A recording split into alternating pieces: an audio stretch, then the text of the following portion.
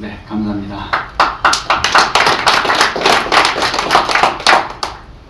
북한이 지난달 3월에만 4번의 미사일을 발사했거든요. 이거를 포함해서 작년에 그 하노이 회담이 결렬된 이후에 5월달부터 금년 3월까지요. 10개월 동안 17차례의 미사일을 쏘았습니다. 따져보면 한 달에 2번꼴로 쏜 것이죠. 이렇게 많은 미사일을 쏘아야 되는 동안에 이 정부가 단 한 번도 제대로 대응한 적이 없습니다. 왜? 이 정부는요, 북한의 미사일이 우리에게 위협이 안 된다고 생각하는 것 같아요.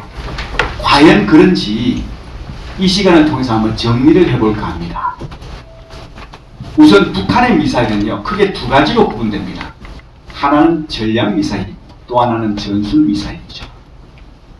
이 전략 미사일에는요, 사거리 5,000km 이상 나가는 중장거리 미사일, 소위 말하면 IRBM이라고 얘기합니다. 이거 하고요. 또 사거리 10,000km를 육박하는 ICBM, 대륙간 탄도미사일. 이것이 이제 2가지가 그 대표적이죠. 근데 문제는 뭐냐면요, 이러한 전략 미사일은 우리에게 위협이 안 된다는 겁니다. 우리에게 위협이 되는 미사일은요, 전술 미사일입니다. 사거리가 짧은 단거리 전술 미사일이 우리에게 위협이 되는 것이죠.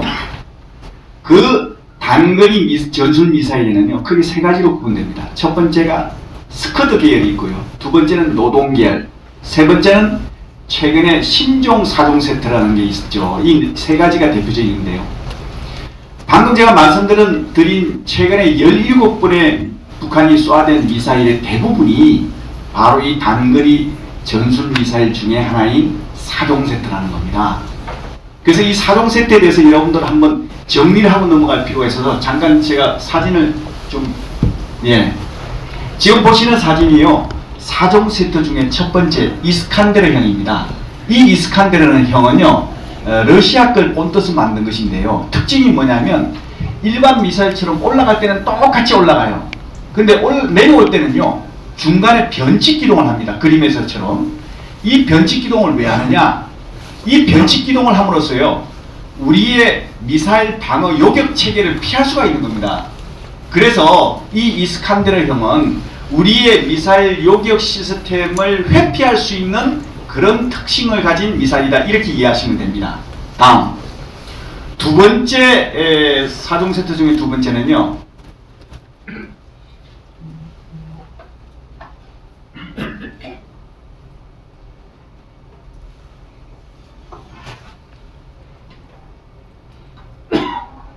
안 나오는데 제가 말로 설명드릴게요. 에이테킴스형인데요.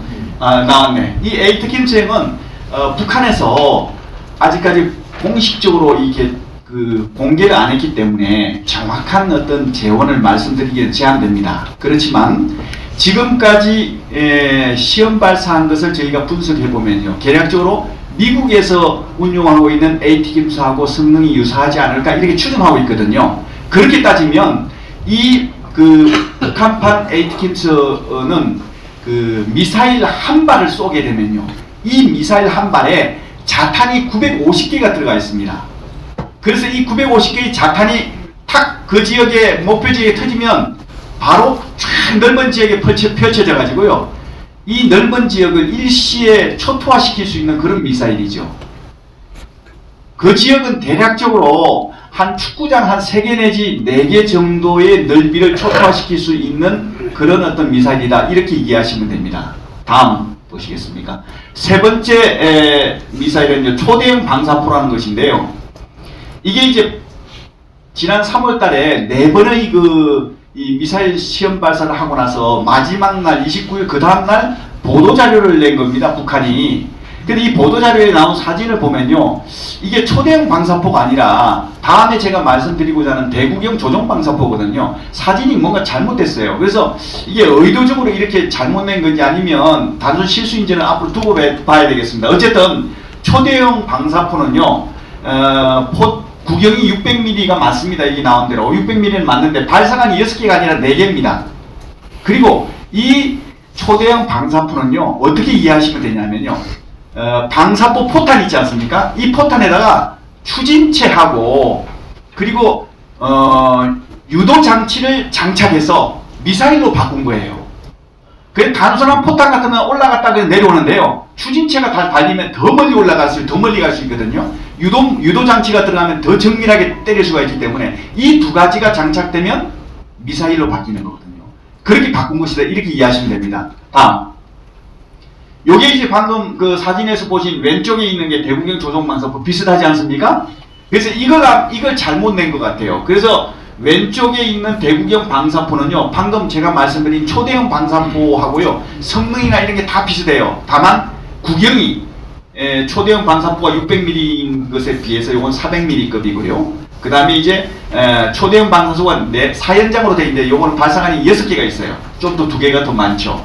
이 두 가지 다 특징이 뭐냐면 텔이라는 이동식 발사대를 이용해서 어디서든 그냥 공간만 있으면 거기다 세워놓고 발사할 수 있는, 기습적으로 발사할 수 있는 그런 무기체계다. 이렇게 이해하시면 됩니다.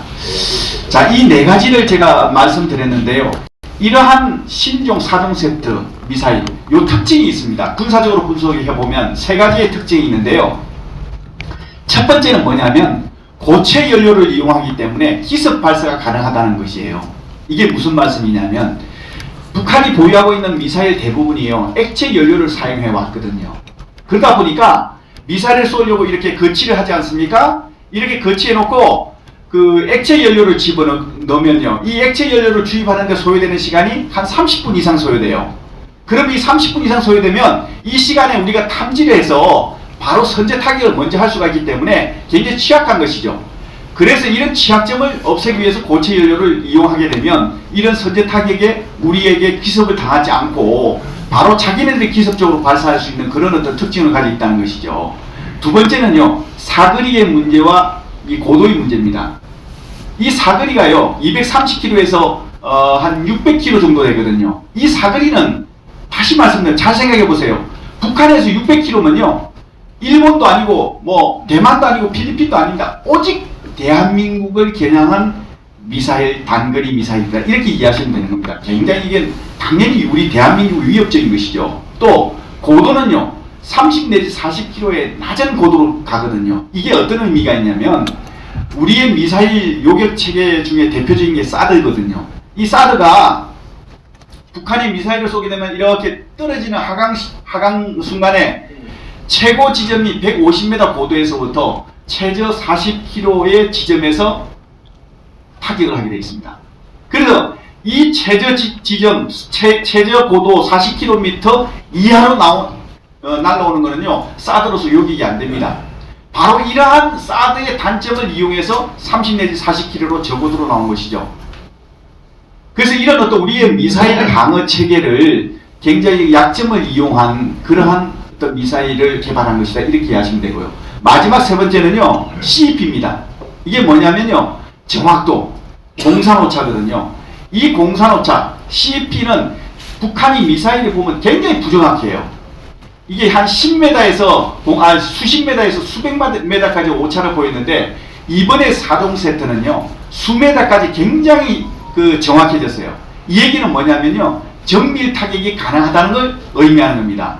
바로 지금 세 가지 말씀드린 이 특징을 종합해 보면요, 북한이 그 4종 세트를 실전 배치함에 따라서요, 우리 대한민국에게 직접적인 위협이 되는 단거리 전술 미사일이 훨씬 더 고도화되고 다종화되고 정밀화됐다는 얘기고요. 이건 뭔 의미냐? 우리 대한민국이 그만큼 위험해졌고 우리 국민들의 안전이 더 위협이 가중됐다는 얘기입니다. 문제는요, 이렇게 위험이 가중됐음에도 불구하고 이 정부가 한마디 대꾸도 못하고 대응도 못하고 제대로 된 대응을 못했다는 것이죠.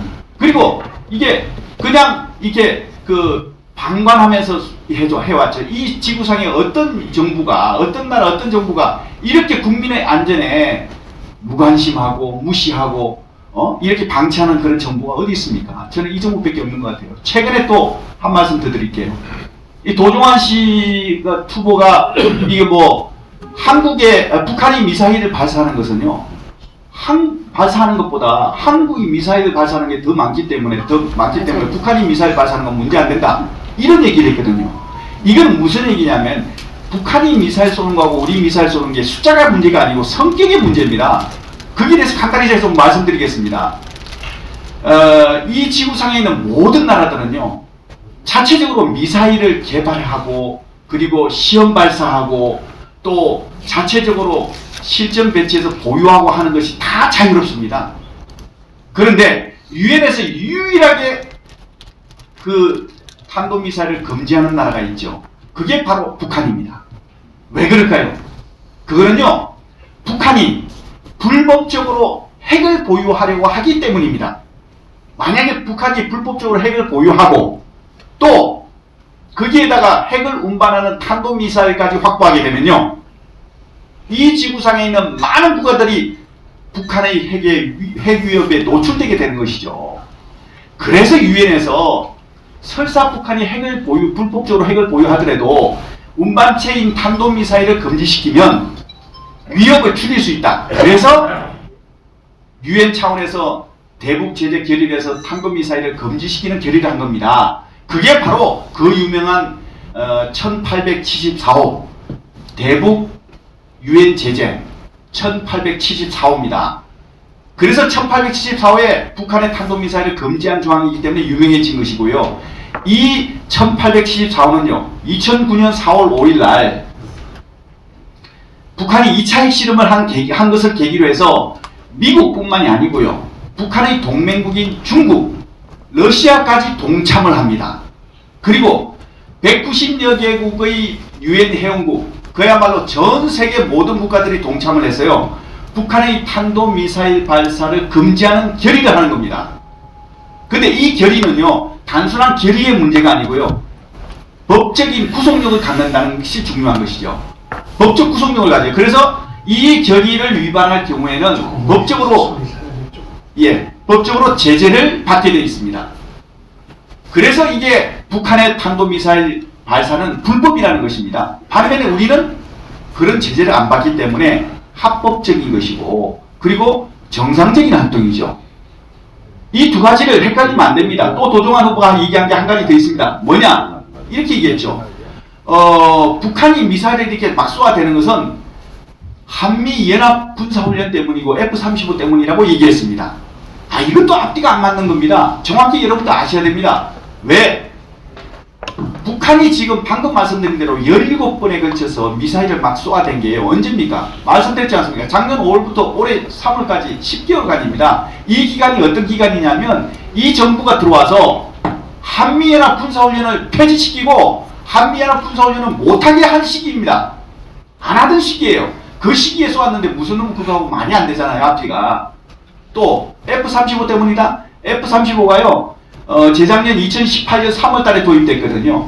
2018년 3월 달을 기준으로 해서요, 도입되고 난 이후에 북한이 그 미사일을 쏜 것보다요, 도입되기 전에 쏜 게 10배, 20배 훨씬 더 많습니다. 이건 말이 안 되는 것이죠. 더욱이요, F-35라는 것은요, 이렇게 불법적으로 막 쏘아대는 우리 국민을 위협하고 있는 이 북한의 핵 미사일, 이것 때문에 그걸 우리 국민의 안전을 확보하기 위해서 F-35를 도입한 거거든요. 이거는 인과관계가 완전히 뒤집은 거예요. 그래서 저는요, 결론적으로 말씀드리겠습니다. 이렇게 말도 안 되는 얘기를 하는 이 도종환 후보의 얘기를 들으면서 두 가지를 생각했어요.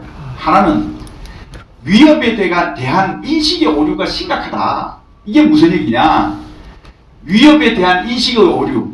북한을 위협으로 생각하는 게 아니고요, 자기의 정치적인 경쟁자를 적으로 생각하고 위협으로 생각하는 겁니다. 그리고 정치적으로 자기를 비판하고 비난하고 반대하는 우리 국민을 위협으로 생각하고 적으로 생각하는 거예요. 다시 말해서 북한이 아니라 자기 자신을 반대하는 우리 국민을 적으로 생각한다는 것이죠. 이건 대단히 심각한 위협의 오류입니다. 그 다음에 두 번째가 또 있어요. 또 어떤 문제가 있냐면요, 북한에 대한 확정 편향이에요. 이게 바이어스라고 그러는 건데요, 북한에 대해서는 자기가 믿고 싶은 대로 믿는 겁니다. 다시 말해서 북한은 절대 잘못을 안 범하는 집단인 거예요. 자기가, 도종환 씨가 생각할 때는. 그래서 북한에 대해서는 확정 편향에 대해서 북한은 절대 오류가 없기 때문에 그런 나라이기 때문에 설사 북한이 잘못해도 그건 북한이 잘못한 게 아니고요. 우리 국민이나 주변이 잘못한 거예요. 이런 사람이 국민의 대표로서 자격이 있는지 없는지는 제가 이 자리에서 말씀은 안 드리겠습니다. 다만 저는 좀 며칠 안 남았지만 우리 국민들께서 현명한 선택을 하시리라고 믿습니다. 왜냐하면요. 이렇게 똥인지 된장인지 조차 구분 못하는 그런 사람을 지도자로 갖다 놔 보세요. 어떤 일이 생기겠습니까? 우리 국민들께서 시원한 된장국을 기대하고 있는 그런 상황에서요. 느닷없이 똥바가지가 나가들 겁니다. 충분히 가능해요. 우리 국민들 아무 죄도 없이 아무런 그런 이유도 없이 이 황당한 똥바가지를 뒤집어 쓰고 가만히 있어 우리 국민이 어디 계시겠습니까? 그래서 우리 국민들께서 현명한 선택을 하시리라고 저는 믿는 겁니다. 이상입니다.